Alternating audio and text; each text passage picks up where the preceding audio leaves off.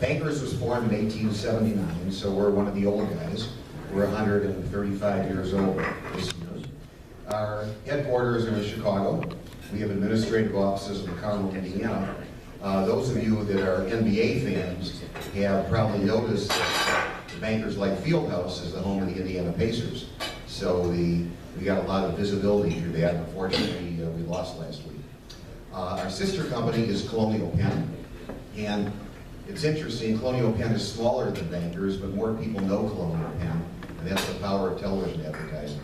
Their spokesman is Alex Trebek, and they're on TV all the time.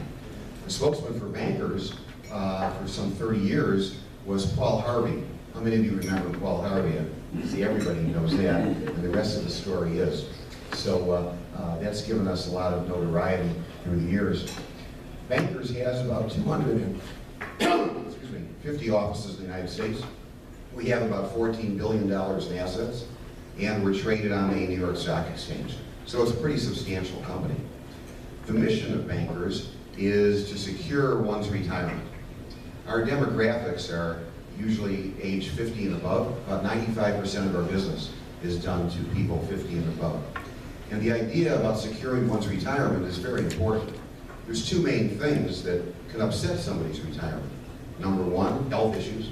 If, God forbid, there is a major health issue that can kill somebody's retirement. And the second is the worry about running out of money. So that's what Bankers addresses. With regard to the running out of money, we sell indexed annuities.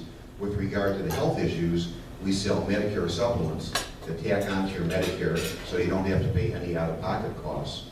And the other, of course, is long-term care. And long-term care can be absolutely devastating to somebody's retirement.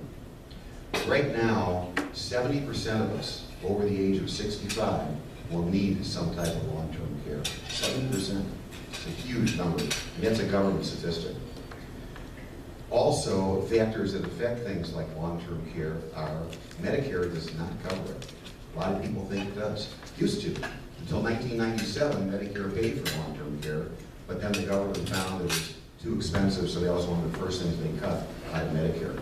Right now, Medicare will cover skilled nursing and will cover you for acute care, but for any type of long-term care, in other words, in-home care, anything like that, Medicare says, sorry, you're on your own.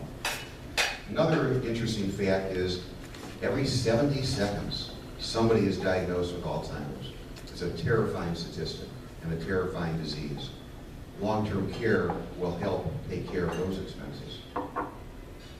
The cost of long-term care in Orange County is roughly $238 a day in a facility, about $200 a day at home. So multiply it out, the costs are between $73,000 and $87,000 a year. Again, it can be devastating to your retirement plans. There's three main goals that long-term care insurance does that can help people. Number one, it can alleviate you being a burden to your family.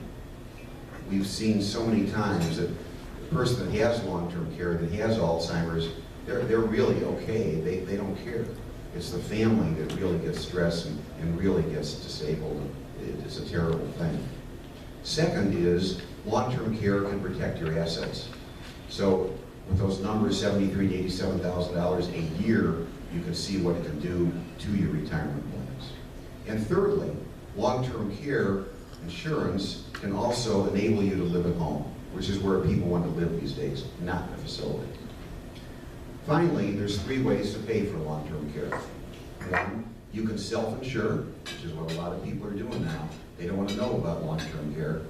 Secondly, you can have Medi-Cal pay for it. The state of California will pay for your long-term care. You do have to give away all your assets. You also have to move into a Medi-Cal facility.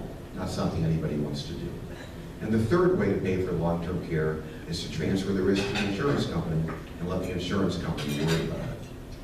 Everybody needs a plan for long-term care. Everybody. It may or may not involve insurance, but you do need a plan for long-term care.